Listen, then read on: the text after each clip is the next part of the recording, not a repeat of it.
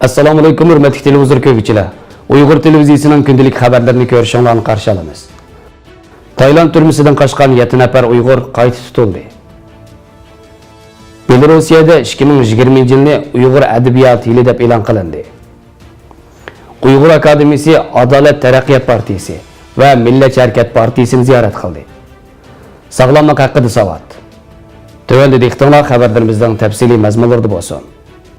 10 yanvar günü 7 nafar Uyg'ur Taylandning sharq shimolidagi Muktaxon o'lkasidagi tutib turish o'rnidan qochib chiqqan bo'lib, 14 yanvargacha ularning hammasi tutilib qolgan. Bangkok pochta gazetining 14 yanvar xabar qilishicha, bu 7 nafar Uyg'urning eng oxirgi biri dushanba kech tutilgan. Xabarda aytilishicha, harg'in chiroy ko'rinadigan 33 yoshli mutallib Muktaxon aylanma yo'lidagi bir sement zavodining oldida tutilgan bo'lib, 3 kunlik qochqinlik hayoti oxirlashgan. O tutilgan joy qechib chiqqan Muktaxon ko'chmanlar saqchixonasiga aran 6 kilometr keldigan bo'lib, ikkinchi Tailand Laos do'stlik ko'rigiga joylashgan. O tutilishdan burun saqchilar uning rasmini har joyga chaplab tutish buyrug'i chiqargan bo'lib, xalqdan ko'z quloq bo'lishni talab qilgan. Keyin bir kishi saqchilarga telefon qilib, bir kishining aylanma yo'lda ketayotganligini ko'rganligini xabar qilgan. Muktaxon ko'chmanlar saqchi idorasi boshlig'ining 10 yanvar juma kuni bildirishicha, 7 nafar mahbus Bangsaya rayonidagi bir tekshirish punktining tutib turish o'rnidan qochib ketgan.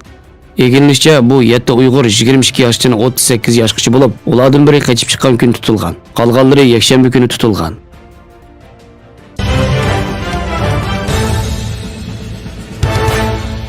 Dunyo jamoatchiligining bo'libmi tadqiqotchilar, kuzatuvchilar va organ tashkilotlarining Uyg'urlarning tarixiy madaniyati ham bugungi taqdiriga bo'lgan qiziqishi bag'ansir kuchaymoqda.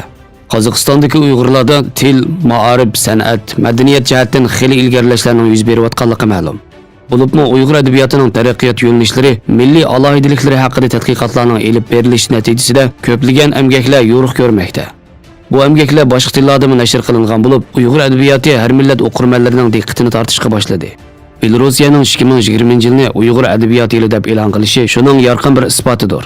Muxtar Avizov nomidagi Adabiyot va san'at institutining bosh ilmiy xodimi, filologiya fanlarining doktori Olimjon Hamroyev afandining aytishicha, Belorussiyaning 2020-yilni Uyg'ur adabiyoti yili deb e'lon qilishi bugungi Uyg'urlarning madaniyat hayotidagi cho'ng bir tarixiy voqea ekanligi, Uyg'urlarning nihoyat boy adabiyotga ega xalq ekanligini, ammo keyingi asrda adabiyotimizning eg'ir sinoqlarga duch kelganligini bildirdi. Olimjon Hamroyev Belorussiya va Qozog'istonda Uyg'ur adabiyotining bo'libmi Sharq Turkistondagi Uyg'ur adabiyotining bugungi ahvoli ham umumiy taraqqiyotiga bog'liq ko'plagan maqolalarning e'lon qilinganligini, suhbatlarning uyushtirilganligini ta'kidlab, bu yili Turkiya va Yevropadagi yozuvchilar, shoirlarni tanishtirganligini, Qozog'iston va ona diyorimizdagi yozuvchilarning asarlarining rus va belarus tillaridagi 2 tomlik ensiklopediyasini tayyorlashni planlayotganligini, shundaqla Belorussiyada cho'ng xalqaro ilmiy muhokama yig'ini o'tkazilganligini ta'kidlagan. Olimjon Hamroyevning Belorussiyaning Neumann jurnalida Uyg'ur adabiyoti bo'yicha bir qator tadqiqotlarni e'lon qilinishi bo'ldi. O'tgan yili Aleksandr Karlyokvichning Shuburshon va uning do'stlari nomli cho'chki Uyg'ur tilida nashr qilindi. Buning oldida mazkur asar o'zbek, tatar, boshqurt, qozoq va boshqa tillarga tarjima qilingan. Abay nomidagi Qozoq Milliy pedagogika universitetining o'qituvchisi, kandidat doktor Shoiram Baratova Qozog'iston Uyg'urlarining madaniy hayotini Uyg'urlarning tarixiy vatanisiz his qilish asla mumkin emas. Chunki Uyg'urlar qayerda bo'lmasin, o'zlarining o'tmish tarixi, bugungi hayoti, turmush tirikchiligi, urf-odatlari, tili, adabiyoti, san'ati, qisqasi Uyg'urlarning milliy kimligi, hozirgi tarixiy vaziyatining Uyg'ur eli bilan zich bog'lanishligini bildirdi. Shoiram Baratova bugungi Qozog'iston Uyg'ur adabiyotining boshqa mamlakatlarga to'nilishida tarjimachilik ijodiyatining muhim rol o'ynaydiganligini ta'kidladi. U yana Uyg'ur yozuvchilari asarlarining belarus tiliga tarjima qilinib, bu yil Belorussiyada Uyg'ur adabiyoti yili deb e'lon qilinganligining Uyg'ur adabiyoti madaniyat uchun cho'ng bir yangilik va xo'shallanarli natija ekanligini o'tirib qo'ygan.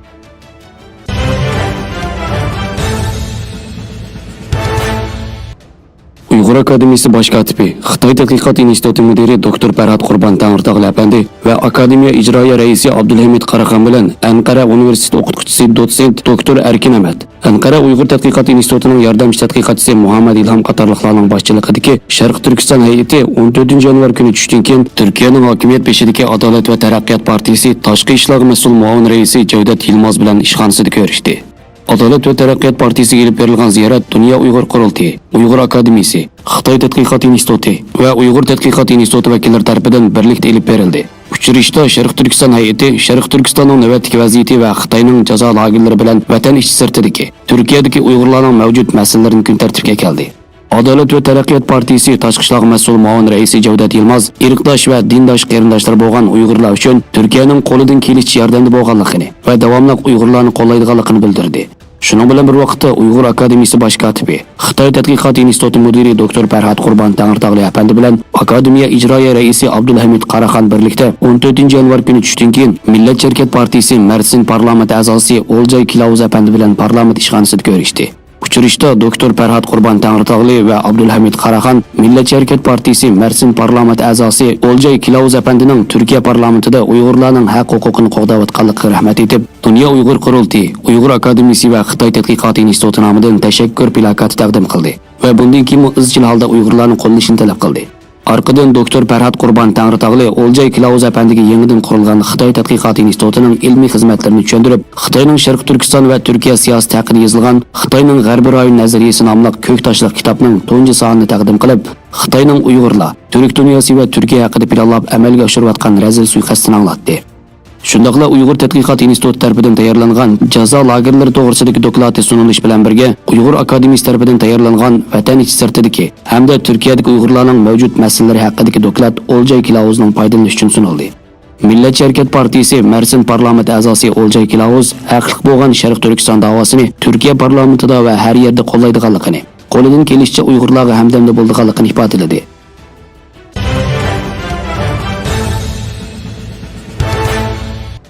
Amerika tadqiqotchilari minglagan oiladagi chang-tuzon avrishkilarini analiz qilish orqali har bir oiladagi chang-tuzonda o'rta hisob bilan taxminan 2000 xil zamburug' va 7000 xil bakteriya bo'lganligini payqadi. Oila turishliq rayon, oila a'zolarining turmush odati va oilada ermak hayvonlarning bor yo'qligi qatorliq omillar oiladagi mikrojonliqlarning turiga bevosita ta'sir ko'rsatadi ekan. Zamburug' haqiqiy hujayra yadrosiga ega bo'lgan bir turlik mikrojonliq bo'lib, ko'katkuchi zamburug' va echitquchi zamburug'lar ko'p uchraydigan zamburug'lardir. Bakteriya bo'lsa taxlidiy yadroga ega bir turlik mikrojonliq bo'lib, kishilarga tunishliq bo'lgan cho'ng uchay tayoqchi bakteriyasi va uzumsimon sharchi bakteriyasi dal mushu bakteriya cho'ng oilasiga tava bo'ladi. Zamburug'lar odatda kishilarning kiyim-kechaklarga yepishib olish orqali yoki ochiq turgan eshik derazalar orqali uyga kiradi. Shunga ularning turlari oila turgan rayon bilan munosabatli bo'ladi. Biroq tadqiqotchilar kishilarning oilalardagi bu mikrojonliqlardan bak ansirab ketmasligini, ularning ko'p qismining ziyonsiz ekanligini, hatto ba'zilarining foydali ekanligini eskartadi. Xabarlarimizni ko'rganingizga rahmat. Ko'rishguncha omon bo'linglar.